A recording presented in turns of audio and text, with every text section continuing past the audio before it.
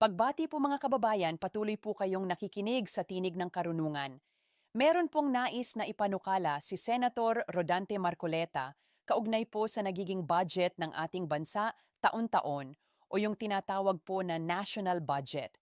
Alam naman po kasi nating lahat mga kababayan na ngayong 2025 po ay nabisto po natin ang napakalaking katiwalian at napakalawak na korupsyon na naganap po sa 2025 budget na kung saan doon pa lang po sa flood control projects abay umabot na ng daan-daang bilyon at umabot pa nga daw po ng trilyong peso ang nanakaw sa kaban natin ng mga ganid na politiko na pasimuno dyan sa nasabing proyekto.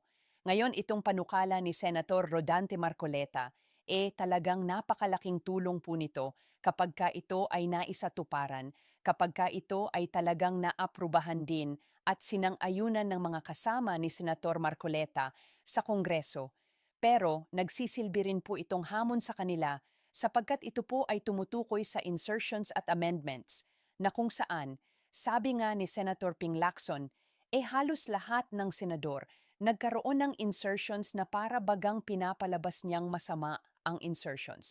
Pero kahit pa sabihin nating hindi masama yung insertions, pero sa pamamagitan po kasi niyan, dyan naganap yung pagnanakaw.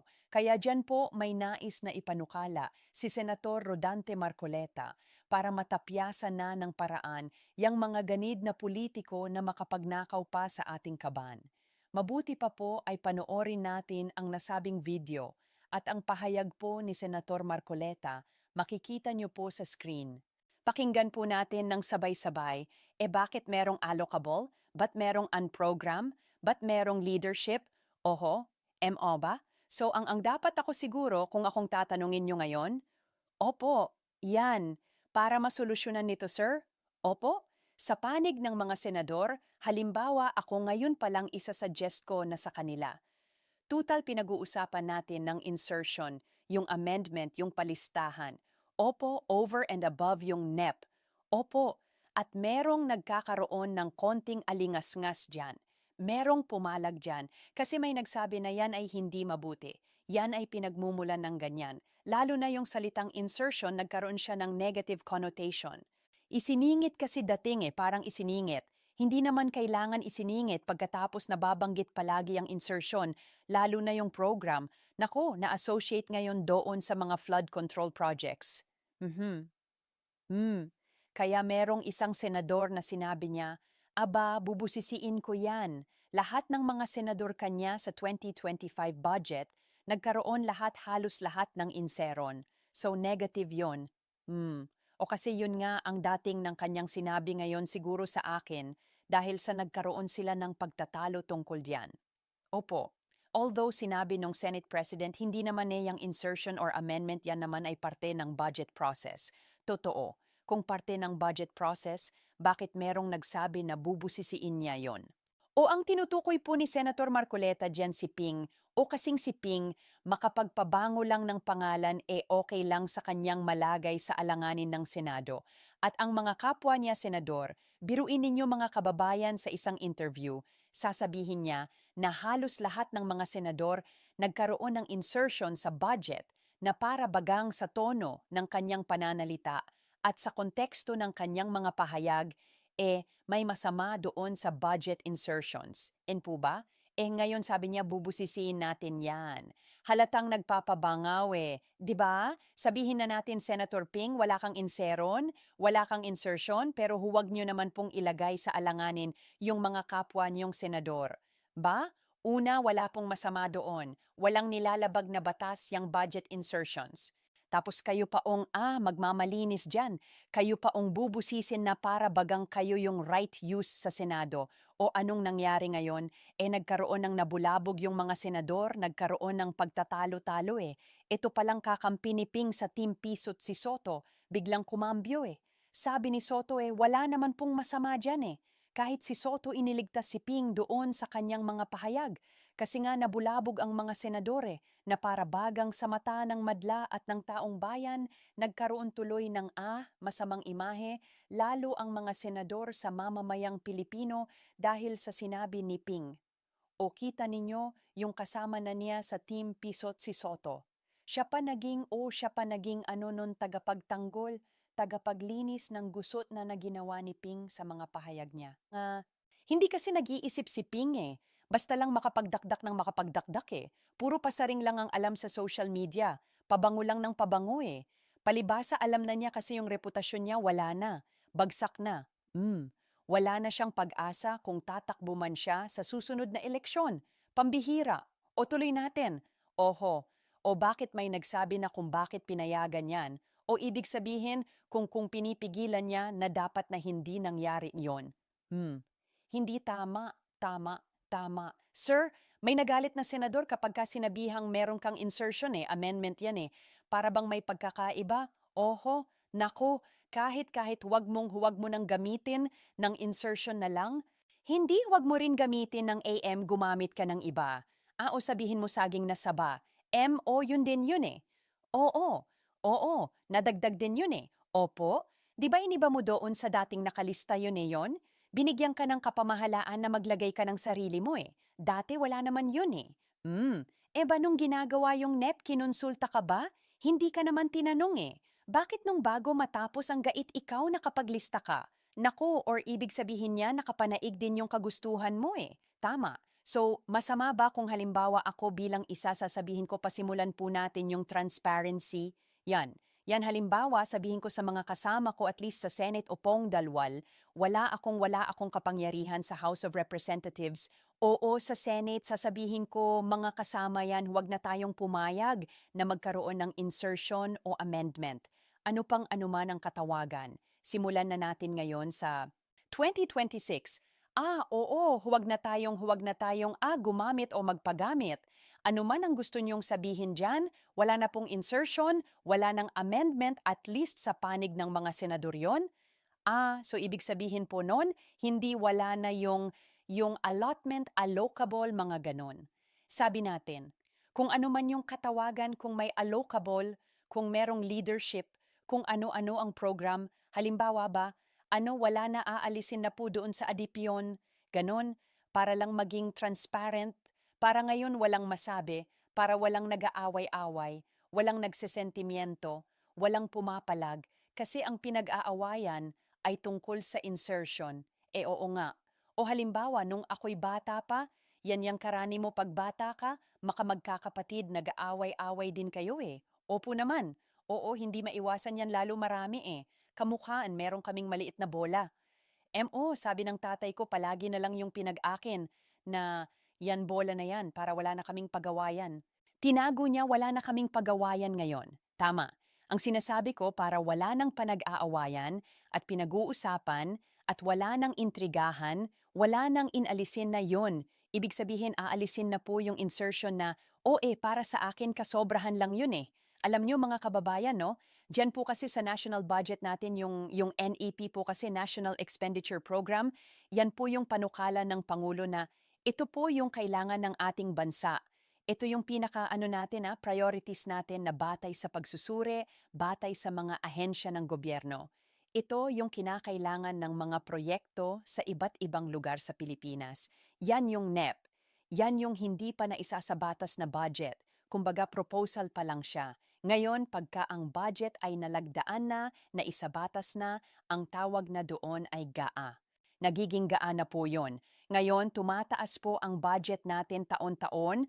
Ang isa sa mga factor nun ay yung mga insertions po na yan at amendments na yan. Halimbawa, ang sa NEP, ang budget lang diyan ay PH trillion. Pagka na ibinabana ng Pangulo yung NEP sa Kongreso, nagkakaroon ngayon ng pag-i-insert ng budget, mga insertions and amendments, pagbabago-bago, nare-revise, doon na tumataas.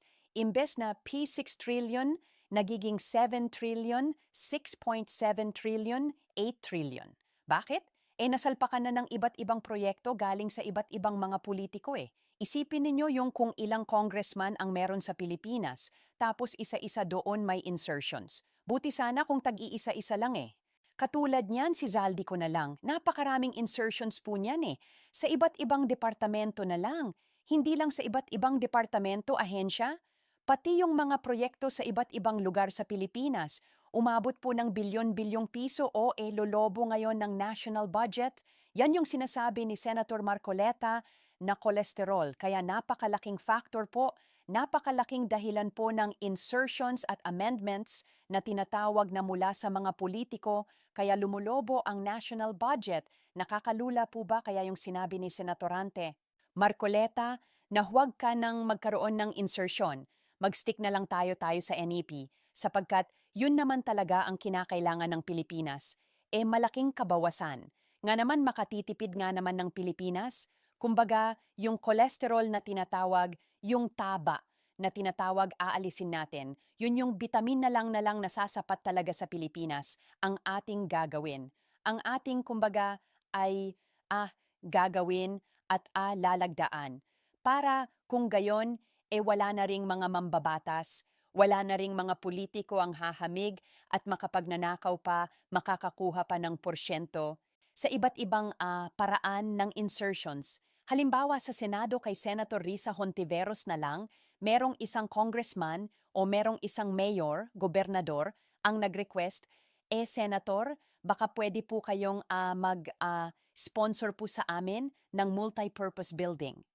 O kaya mapapansin ninyo, halimbawa kung kayo ay nakakita na meron sa bayan-bayan ninyo, nakalagay project by Mayor ganito, o in support by Senator Risa Hontiveros, o yun sa makatuwid si Senator Hontiveros, maaaring nilapitan nung mayor nag-request yung mayor ng multipurpose building. Itong si Senator Risa Hontiveros, ini-amend niya naman yung ganong budget na baka pwede pong malagyan ito ng budget para sa multipurpose building o the amendments insertions pa rin. O ngayon, may iba namang mga politiko na kapag ginagawa yon, may usapan na sila ni Mayor. O basta Mayor, may 15% ako dyan O isponsoran ko yan, ikaw na bahala sa ibang budget basta 15% ang akin dyan. Halimbawa, 100 million ang proyekto na lagdaan na. O magkano yung 15% ng po 1 million, pa 15 million o din sa nag-sponsor pa 15 million, yung another natitirang budget. Bahala na si Mayor doon or alam na kung anong kapupuntahan. Now, hindi pwedeng wala rin si Mayor doon, hindi pwedeng wala rin yung mga contractor doon. At yung iba pang government official doon. Nangyayari yung pagnanakaw sa insertions pa lang, yon sa amendments pa lang yon o kaya napakalaking bagay kapag ka natupad yung panukalang ito ni Senator Rodante Marcoleta. Tuloy po natin. Teka, para kung walang insertion sir, papaano mangyayari yung kung ano yung nephew na yon o hindi ba pinag-uusapan natin, kaya na itatag, yun nga yung pang-ayuna yung pangangailangan natin ba? Yun ang inaral ng lahat Hindi naman natin binabawasan yung ba 6.7 din, 6.7 trillion, nga po ayusin na lang yun ni ayusin na lang. Pinakamaganda nga siguro magbawas pa tayo nung bawasan pa natin. Halimbawa yung 6.7 yun pala nakasaksak pala doon yung allocable at saka yung Sabi niyo nga po cholesterol yun Hindi naman kailangan Kung halimbawa pilipitin na natin yung katawan ngayon, lahat ng mantika niya. O halimbawa yung 6. 7J, opo, mag-alis tayo ng 1 trillion 5.7. O ba, wala namang nawala kasi taba lang ang inalis natin Siya nga. Oo nga, no. Yung allotment lang wala naman tayong bitaminang inalis, Oo nga. Ang inalis natin, cholesterol. Hmm, hmm. Naku, teka, pero ipapukalan nyo yan sa kasama nyo sa Senado. Papayag kayo sila dyan? Pinapanukala ako? Halimo mas maganda siguro? Bakit kamo? Apalagay mo ba hindi kakatigan kung halimbawa lahat naman ang kagustuhan mailayo kami sa ganong klasing mga usapin? Aon? Pek mabigat yan? Panualan nyo sir, baka papaano magiging mabigat ba? Hindi ba parang practical? Nag-aaway sila. Oho, kapag ka may nasabi sila na, o ikaw, meron kang dyan, meron kang kayo, may inseron kayo, o may pumapalag ito ba o, hindi ba, ito ho ba, mga hulugan na wala na akong makikitang, this project is initiative by Senador De La Cruzan, wala na, sigurong ganon, dahil nga wala na kayong karapatan na maglista nga, papaano sina mayor, sina governor, hindi nalalapit kay senador. Wala na ring ngapit sa atin. Ganun ba kiba? Basta tayo kasi tayo naman mabigat yung paano kalas. Ano ba yung ating pinakamandato? dumaba ng batas, gumawa ng batas ba? Meron ba tayong koneksyon doon sa kung anong project ang pagagawa natin? Yun nga eh. 'Di ba yung mga mambatas ang mandato niyan gumawa ng batas? Yung mga proyekto sa iba't ibang lugar, may mga budget din yun, nasa din yun. Binababaan din ng mga LGUs ng budget? Hindi. Hindi po sila kinakawa mga kababayan. Nagbababa rin ng national government natin ng budget sa munisipalidad o ED sila. Sila ngayon ang mag-ano doon ba? Sila ngayon ang maghati-hati doon kapag ka nababa na sila ng budget. O ngayon, kung kukulangin talaga sa budget, edi yung mayor o gobernador sumulat na mismo sa executive branch. Huwag na padaanin sa senador, huwag na padaanin sa House of Representatives na nandyan nga nanggaling yung mga ganid na politiko. Sulat sila sa Pangulo. O para kung yung Pangulo talagang pagkatinutino naman, ayaw naman talagang ng korupsyon. Naawa siya sa mamamayang Pilipino, o bakit niya naman hahamigin yon? Pagka nakita ng isang ng presidente, nakaawa-awa nga naman may katibayang pinadala si Mayor. Ito po kasi, kalagayan ng LGU namin, kailangan po namin ng multi-purpose building sa barangay. Ganito kasi nagtatyaga po kami sa covered court, nasira-sira na rin po Yung mga kababayan ko po dito baka masaalang-alang pa. Yung buhay nila kapag ka bumagsak yung cover court baka pwedeng pong multi-purpose building na po o pag pinirmahan ng Pangulo yon o isama sa NEP next year yan, ma'am, ganon. Hindi yung padadaanin mo sa senador, padadaanin mo sa kamera, nagkakaroon ng palakasan at hindi lang palakasan ang nangyayari, nagkakaroon ng kutsabahan sa buwatan, doon sa pera na ipagkakatiwala para dun sa isang proyek. Kaya kapag ka natupad itong panukala ni Senator Rodante Marcoleta, napakalaking kabawasan po sa totoo lang. Napakalaking kabawasan at napakalaking hingang malalim sa mga kababayan natin na buti naman nabawasan na yung paraan ng mga buwaya para sila'y makapagnakaw sa kaban. Buti naman. At talagang yung mandato ng mga mambabatas ay gumawa na lang ng batas, hindi na para mangalampa dyan sa pera na yan. Puba tuloy pero sa trabaho ba natin yun? Pero sa realidad, hindi man natin maipipigit yun ang hinahanap ng tao, hindi naman yung nagawang batas po nung mga kailangan lang ipaliwanag natin sa tao. Nandyan na tiningnan po namin yung NEP Opo, nandyan na po yung mga project ang inaalis lang naman po namin ay yung kapangyarihan namin na maglista pa po kami na baguhin yung nakalista pa diyan. Meron na pong nakalagay. Oho, papaano ito ma-implement, sir? Kailangan ba ng resolusyon o kailangan ninyong manumpa o papaano? Pumayag lang sila. O sige, wala nang insertion sa atin sa 24. Wala na tayong hihing anumang amendment insertion o o wala na gentleman's agreement parang ganon kung papayag sila. Yan sa akin naman proposal ko to. Kasi sa akin kung wala tayong insertion, hindi naman kalugihan sa akin yun bakit ako malulugi roon sa tanan total? Wala naman akong sinumpaan na tungkulin na ako'y maglalatag na projector. Nga ang sinumpaan ko, ako magle-legislate ako. Pero teka lang sir, makaano sa tansya nyo dahil nakasama nyo naman sila. May meron kayong tututol dito? O ang tanong ko na, may sasang-ayon kaya dyan? Bakit naman wala? Bakit? Masama ba yung aking proposal? Hindi tama nga. Ideal nga po yan sir. Ideal po yan. Sabihin nyo muna sa akin kung yung proposal ko masama. Mabuti po yan sir. Mabuti ang proposal ko ay transparent. Opo. Kung kami po tatanungin nyo sir, mabuti po yung panuala ninyo. Bakit mo itatanong kung may sasangayon or hindi? Wala bang sasangayon sa isang mabuting panukala? Parang hindi po ready yata yung dalawang po yung senador na ewan ko lang sa ayaw. Ayoko naman mag-judge sa sarili ko, no? Oo, icha-challenge niyo sila. Ayun no, di ba ang mga mambabatas lang ang mga miyembro ng Kongreso na ayaw sa panukala ni Senator Rodante Marcoleta. Isa lang ibig sabihin nun, nasanay na sila sa ganong sistema at talagang nakatitiyak tayo meron silang porsyento dyan. May kickback yang mga yan. Kasi isipin naman ninyo mga kababayan, sabi nga ng isang nakausap ko na political analyst, sinong tao ang lulusong sa politika ang sahod niya kakarampot kung tutuusin? Sabihin na nating oo, suwon bilang sa kongreso suwon ang sasahurin mo. Pero yung stress mo naman, Yung peace of mind mo naman, ibabash ka pa ng mamamayang Pilipino. May banta pa sa buhay mo pagka nagkataon. Sasaalang-alang mo ba naman yon para sang piso? Kumbaga, kakarampot lang yung sahod na yon. Tapos makikita mo napakaganda ng sasakyan ba? Napakagagara ng pamumuhay pagka nagbe-birthday. Ang gaganda ng bahay. Saan naman nila kukunin yon? Ba magtataka ka eh. Ganito lang sahod ninyo pero sa isang buwan nakapagpundar na kayo ng ganitong klaseng sasakyan, may dalawa ka na sasakyan, nagpapatayo ka na ngayon ng four-story mansion. Saan kinuha kaya yung pera?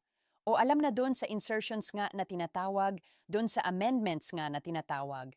At kaya kapag ka hindi sila pumayag sa panukalan ni Senator Rodante Marcoleta, wala kasi silang kikitain kapag ka itinigil niyang nila i-insertions na yan. Kaya tama yung tanong ni Senator Marcoleta. Meron bang masama doon sa panukala ko para hindi sila sumang-ayon? Ang mga sasang-ayon dyan maaaring yun talagang ayaw nila ng gang-uri ng proseso o sistema. Maaring hindi talaga tumatanggap yung mga yon, pero maaaring may sumangayon para linisin na yung pangalan siguro na kokonsensya na at gusto nang tigilan yung kickback nila ba? Kaya dapat lang maiskatuparan nito mga kababayan at hihintayin natin yung tugon ng Senado dyan at yung pahayag syempre ng mismong Pangulo nila ang Senate President Bueno hanggang sa susunod po na talakayan, paalam!